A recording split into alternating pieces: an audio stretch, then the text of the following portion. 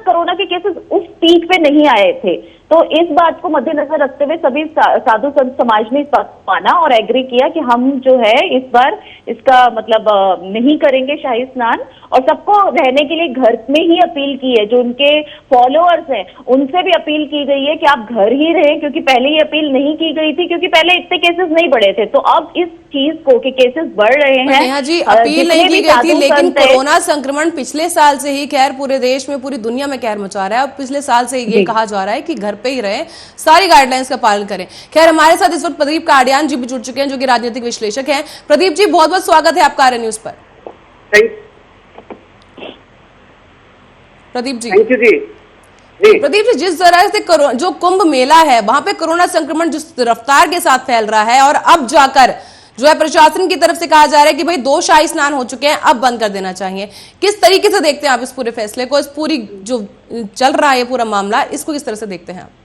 देखिए, राजनीतिक लेवल पे, प्रशासनिक लेवल पे और मानवीयता के लेवल पे ये प्रशासन की और हमारे नेताओं की फेलियर है जी।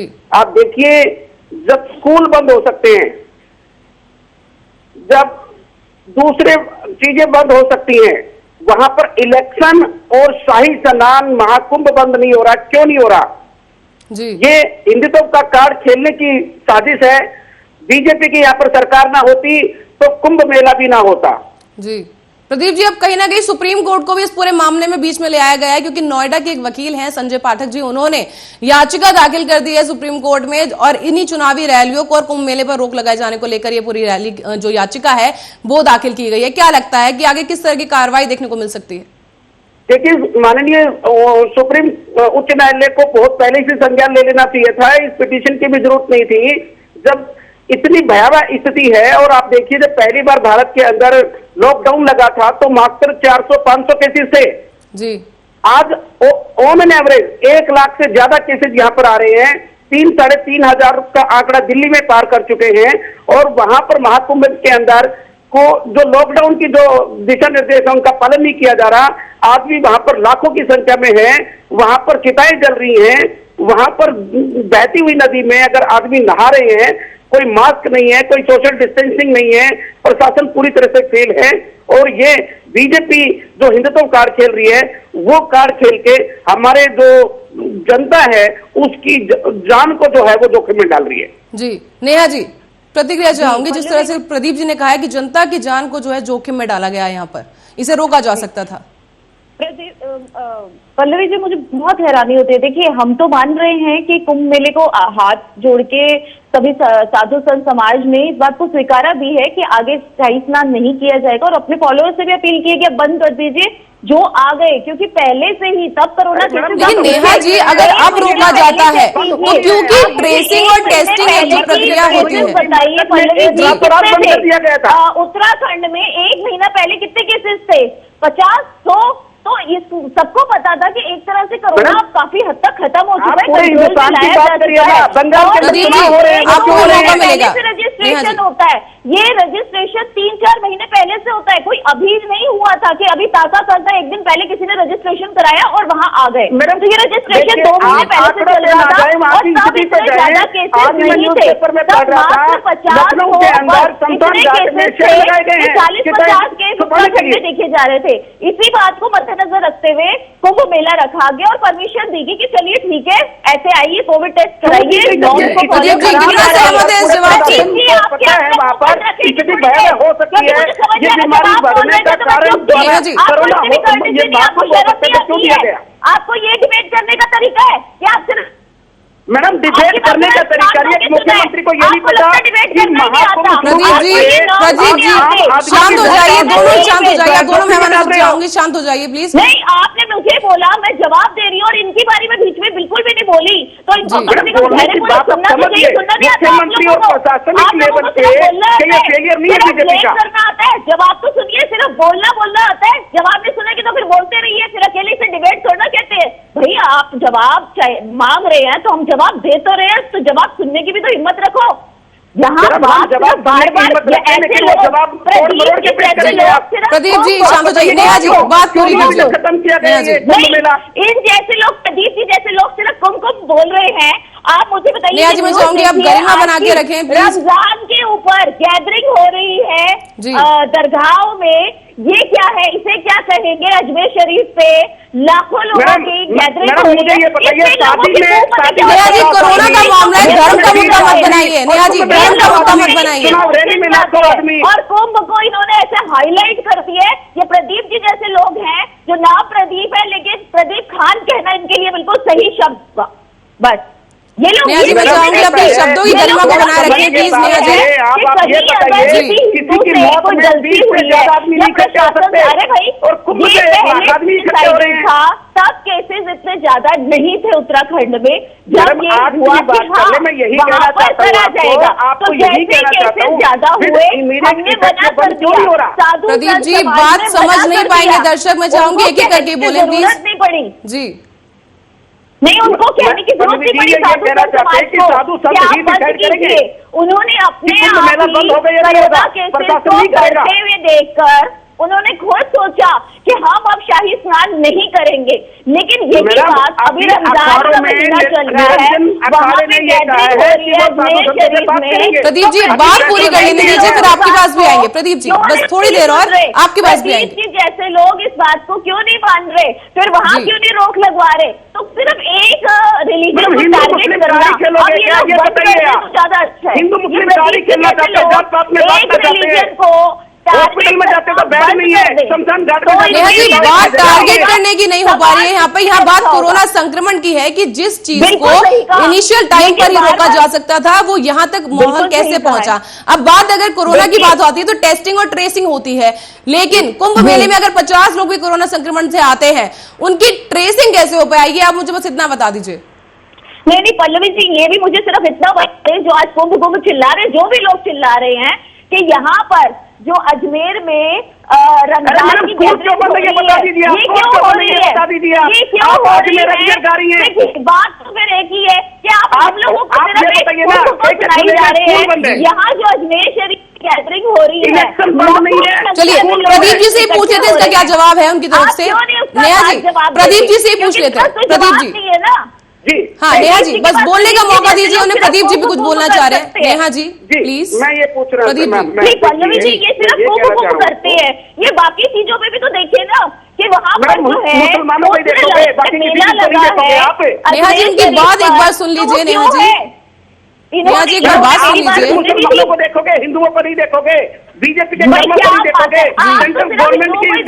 नेहा जी प्लीज, मैं आपसे विनती करूंगी, आप प्लीज थोड़े शांत हो जाइए। प्रदीप जी को भी बोलने का मौका दीजिए। प्रदीप जी, बात पूरी कीजिए। नेहा जी, आपने सवाल पूछा, आपने सवाल पूछा है नेहा जी, मैं चाहूंगी प्रदीप जी जवाब दें। मेरी सुनिए प्लीज। जी प्रदीप जी। स्कूल बंद हो सकते हैं जी, सीबीएसई की परीक्षाएं बंद हो सकती हैं, वीकेंड लॉकडाउन लग सकता है, अरे रात में 7 बजे के बाद और सुबह 10 बजे तक। नेहा जी जवाब दे लेने दीजिए ताकि लोग समझ पाए कि आगे दोनों क्या बोलना चाहते हैं, दोनों पक्ष की बात सुन पाए लोग। जी प्रदीप जी। मैडम आप समझिए, स्कूल बंद है, इलेक्शन बंद नहीं है। एक ही बात तो ये बोली जा रही है, चलो ये इलेक्शन कहते हैं ना, इलेक्शन खेल लेते हैं। अरे प्रदीप जी बताइए, मुंबई में तो कोई इलेक्शन नहीं हुआ, वहाँ इतने ज्यादा कोरोना केसेस क्यों है? पंजाब में तो कोई सरकार फेल हो गई है, सरकार फेल हो गई है, न दवाइयां हैं, न वैक्सीन है, न टेस्टिंग है। वहाँ पे मजबूरी में आप समझिए, मजबूरी में विदेशी वैक्सीन को अलाउ कर रही है। बोलने तो दीजिए, कोई इलेक्शन हुआ है? बताइए ना प्रदीप जी। मैडम ये नेहा जी, अब बात कंप्लीट करने देंगे प्रदीप जी को तो मैं आपके पास आ पाऊंगी ना। नेहा जी, दर्शक सुन ही नहीं पाएंगे क्या कहना चाह रहे हैं आप। स्टेटमेंट पे ये कह रहे हैं कि विदेशों से अगर यहाँ पर वैक्सीन आएगी तो लॉबिंग कर रहे राहुल गांधी जी, और 4 दिन के बाद ही सेंट्रल गवर्नमेंट इसको अलाउ करती है। दे रहे, ये जवाब ही नहीं दे रहे। जहाँ पर इलेक्शन हुए दिल्ली में और महाराष्ट्र में, आधे से ज्यादा केसेस तो दिल्ली और महाराष्ट्र के हैं, तो बताइए जरा, वहाँ तो इलेक्शन नहीं हुए। इसमें जिम्मेदारी तो केंद्र सरकार की है। जवाब तो दीजिए, जवाब ही गलत दे रहे हैं। पर नेहा जी, ये कोई कंपटीशन नहीं है कि अगर महाराष्ट्र में केस ज्यादा है तो उत्तराखंड में भी केस ज्यादा हो जाने चाहिए। बात तो ये है कि महाराष्ट्र से देख के उत्तराखंड वालों को सीख लेनी चाहिए कि इस चीज को रोका जा सके, नियंत्रण में रखा जा सके। नहीं पल्लवी जी, क्वेश्चन करना है तो सब पे करे ना। अगर अजमेर शरीफ में भी हो रही है, वहाँ उस्र मेला लग रहा है, तो क्वेश्चन वहाँ भी करे जाए। यहाँ मैं मानती हूँ कि कुंभ मेले की वजह से अगर केसेस बढ़ रहे थे तो मना कर दिया गया।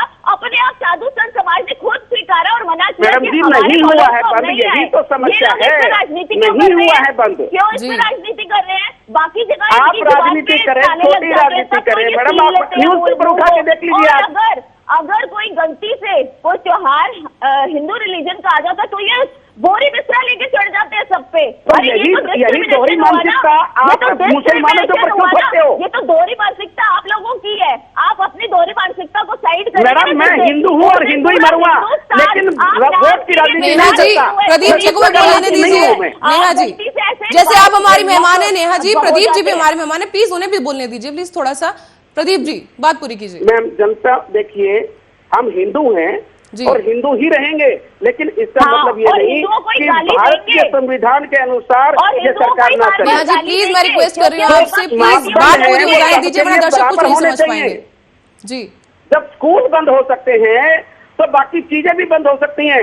जब ये कहते हैं नाइट कर्फ्यू लगा दिया, ये कहते हैं वीकेंड लगा दिया, ये बता दीजिए पंचायत राम राज्य के अंदर मैम पंचायत चुनाव को क्यों नहीं बंद कर रही है? यूपी में स्थिति है। क्या बोला आपने, बताइए जरा। आपने रमजान गैदरिंग पे एक शब्द बोला नहीं।